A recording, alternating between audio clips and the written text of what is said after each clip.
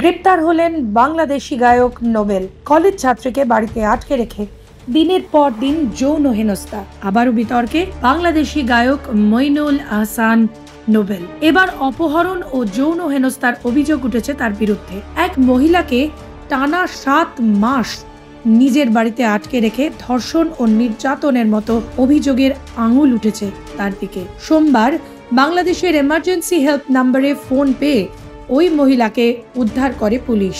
ইতিমধ্যেই নোবেলকে গ্রেপ্তার করেছে বাংলাদেশের ডোবরা থানার পুলিশ। শুরু হয়েছে তদন্ত।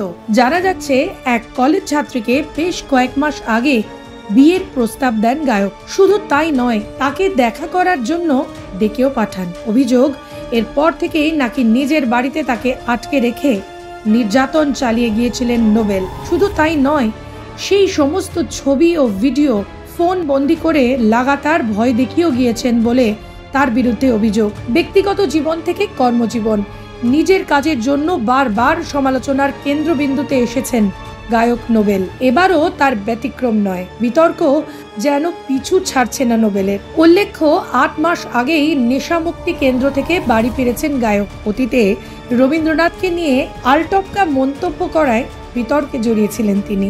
নিজের বিভিন্ন ভুল কাজ নিয়ে তিনি অনুতপ্ত এমন দাবি করলেও ওয়াকিবহাল মহলের দাবি, তার আচরণ ও কার্যকলাপে তা একটুও প্রকাশ পায়নি।